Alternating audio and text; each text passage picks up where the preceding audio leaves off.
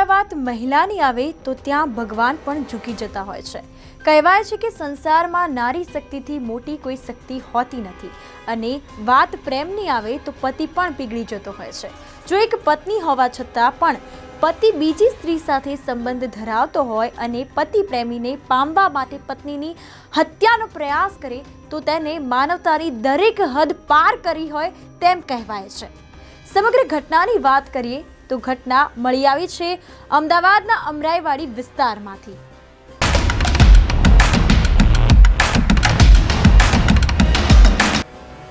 નમસ્કાર, આપ જોઈ રહ્યા છો ન્યૂઝ ફોર ઇન્ડિયાનો ક્રાઇમ એપિસોડ।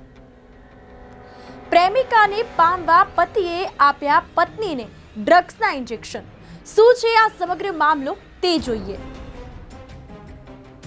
મળતી માહિતી અનુસાર અમદાવાદની અમરાઈવાડી વિસ્તારમાં કિરણ કુમારના વ્યક્તિએ પતિ પત્ની और वो ના કેસમાં પ્રેમિકાને પામવા માટે પત્નીને ડ્રગ્સના ઇન્જેક્શન આપ્યા હતા।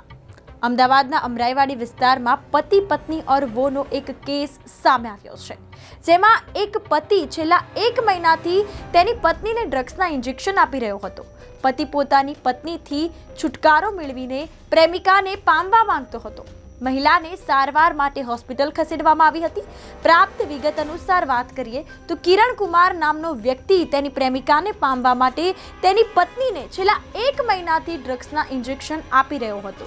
આ બાબતે યુવતીના પરિવારના લોકોને જાણ થતાં તેમણે મહિલાને બેભાન અવસ્થામાં સિવિલ હોસ્પિટલમાં મહિલાને સારવાર અર્થે ખસેડવામાં આવી હતી।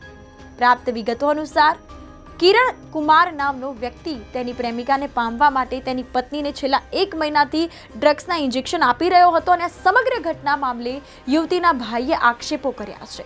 યુવતીના ભાઈએ એવો આક્ષેપ કર્યો છે કે તેના જીજાજીએ તેની બહેનને ડ્રગ્સના ઇન્જેક્શન આપ્યા છે, તેમજ તેના જીજાજી અન્ય મહિલા સાથે પ્રેમ સંબંધ ધરાવે છે। તેઓ આ મહિલાને પામવા માટે આવું કરી રહ્યા છે તેવું તેના ભાઈએ જણાવ્યું હતું। તો હાલ હોસ્પિટલ ખાતે ડોક્ટરો મહિલાની સારવાર કરી રહ્યા છે।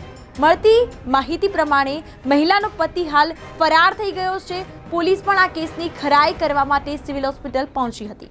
આ બાબતે મહિલાનું નિવેદન નોંધાયા બાદ પતિની ધરપકડ સહિતની કાર્યવાહી કરવામાં આવશે તેવું જણાવ્યું હતું। તો આવી જ ક્રાઇમ સ્ટોરીઝ માટે આપ જોતા રહો ન્યૂઝ ફોર ઇન્ડિયા, ગુજરાતનું ગૌરવ। નમસ્કાર।